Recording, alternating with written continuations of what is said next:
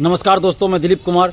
दोस्तों, BPSC TRE 4 का विज्ञापन आचार संहिता से पहले 1,20,000 सीटों पर जारी करने की मांग को लेकर 4 अक्टूबर को आंदोलन होना था, लेकिन उससे पहले ही हमें दरभंगा के लहरियासराय से हिरासत में लिया गया और पटना के हाथीदह थाना में रखा गया और 4 अक्टूबर की शाम 5 बजे के लगभग छोड़ा गया और पटना में भी 5 साथियों को हिरासत में लिया गया और अगले दिन 4 अक्टूबर को छोड़ा गया और पूरी तरह से आंदोलन को समाप्त करने दबाने का प्रयास किया गया।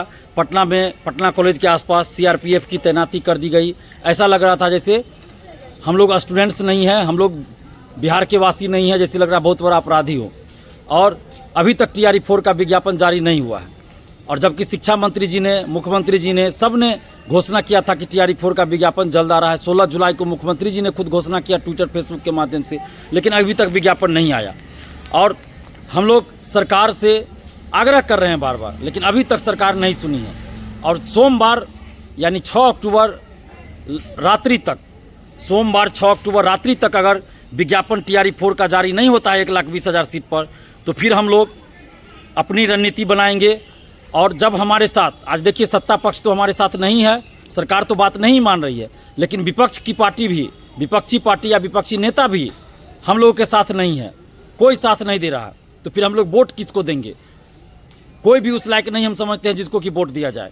तो अगर 6 अक्टूबर की रात्रि तक टीआरई 4 का विज्ञापन 1,20,000 सीटों पर जारी नहीं होता है, तो हम सभी युवाओं से, बिहार के समस्त छात्र युवाओं से अपील करते हैं कि आप सभी अपने अपने विधानसभा में खुद चुनाव में उतरिए। हम ही लोगों में से कोई, आपके विधानसभा क्षेत्र से कोई युवा, संघर्षशील ईमानदार युवा चुनाव में उतरे, क्योंकि जब कोई हमारे लिए खड़ा ही नहीं है तो हम किसको वोट देंगे? हम किसको वोट देंगे?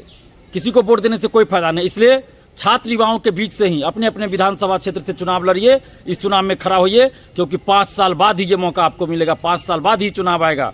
और अभी अगर सरकार विज्ञापन निकाल दे 1,20,000 सीटों पे, तो हम लोग सरकार के पक्ष में वोट करेंगे, नहीं तो फिर किसी पार्टी को वोट नहीं देना, क्योंकि कोई भी पार्टी, चाहे विपक्ष हो या सत्ता पक्ष हो, हम लोगों के साथ नहीं है, हमारा साथ नहीं दे रहा है, तो फिर किसी के साथ हम लोग नहीं जाएंगे, किसी को वोट नहीं देंगे। और इसलिए बिहार के हर विधानसभा क्षेत्र से हम ही छात्र युवाओं के बीच से कोई उम्मीदवार खड़ा हो, ये हम आप लोगों से अपील करते हैं।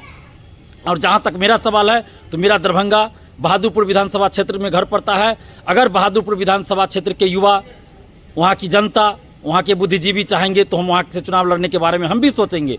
लेकिन आप सबसे अपील कर रहे हैं कि अपने अपने क्षेत्र से चुनाव लड़ने की तैयारी कीजिए और चुनाव लड़िए। इन लोगों को दिखाना है कि जब आप लोग हमारे साथ नहीं हैं तो हम लोग भी किसी भी पार्टी, किसी नेता को वोट नहीं देंगे।